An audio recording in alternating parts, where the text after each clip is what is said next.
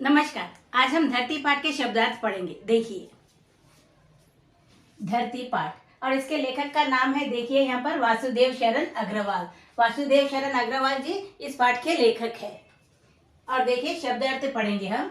असोज, असोज शब्द का अर्थ देखिए, क्वार, क्वार या अश्विन का महीना। देखिए असोज का अर्थ है क्वार या अश्विन का महीना, जो कि देखिए सितंबर और अक्टूबर के बीच में आता है। जैसे कि 11 सितंबर से लेकर, हाँ जी हाँ, 11 सितंबर से लेकर अक्टूबर के 11 अक्टूबर तक होता है, तो उसे हम कहेंगे अश्विन का महीना। जिसमें कि देखिए त्योहारों का महीना भी कहा जाता है, जिसमें देखिए नवरात्रि आती है, छठ पूजा होती है और करवा चौथ जैसे त्योहार भी आते हैं, और भी बहुत सारे त्योहार होते हैं इस महीने में। तो इसीलिए यहाँ पर कहा गया है कि त्योहारों का महीना भी कहा जाता है।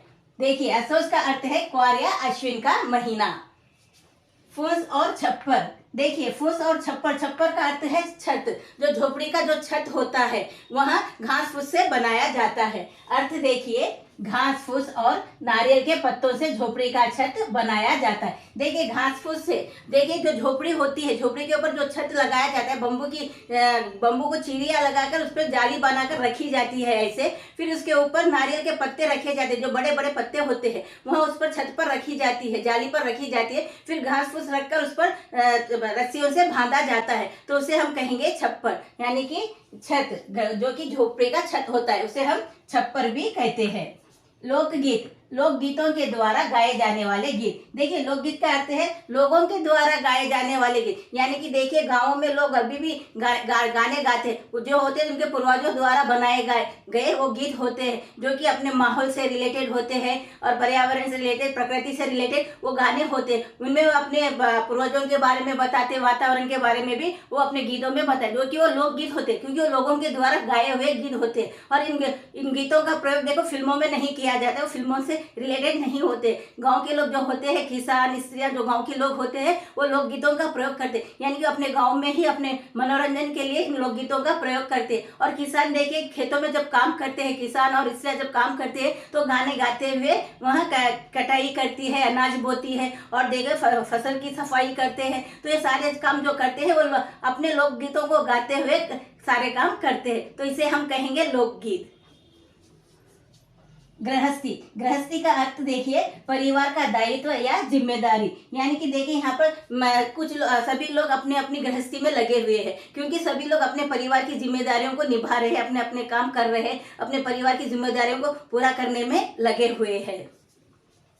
आत्मनिर्भर, आत्मनिर्भर का अर्थ है यहाँ पर स्वयं पर निर्भर होना, यानी कि अपने आप पर भरोसा रखना, हर काम को अपने मन से करना, खुद से करना, उसे कहेंगे हम आत्मनिर्भर। देखिए गांव में जो किसान होते हैं आत्मनिर्भर होते, वो किसी की ओर ताकते नहीं, किसी की मदद नहीं लेते हैं, सभी गांव के लोग मिलजुल कर खेतों में काम करते हैं, अपना घर चलाते हैं और अपने आप पर भरोसा रखते हैं, अपनी मेहनत पर वे भरोसा करते हैं।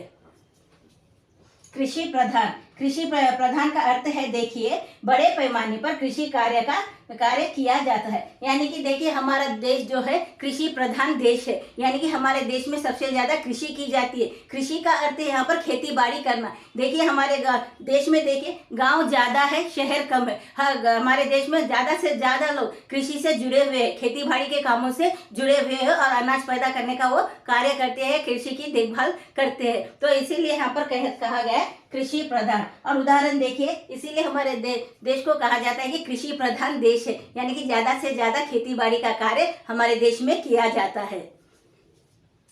फागुन हटा, फागुन हटा का अर्थ है फागुन मास की तेज हवा। देखिए फागुन मास की तेज हवा, यानी कि जो फरवरी और मार्च में जो ठंडी हवाएं चलती है उसे हम कहेंगे फागुन हटा। इस फरवरी और मार्च में धीमी धीमी और ठंडी हवाएं चलती है, ज्यादा धूप भी, कड़क धूप भी नहीं होती है और ठंडी ठंडी हवाएं चलती रहती है, तो इस मास को हम कहेंगे यहाँ पर फागुन हटा। इसका अर्थ है फागुन मास की तेज हवा। इस प्रकार के वीडियोस देखते रहने के लाइक शेयर कमेंट करिए और सब्सक्राइब भी जरूर कीजिए। धन्यवाद।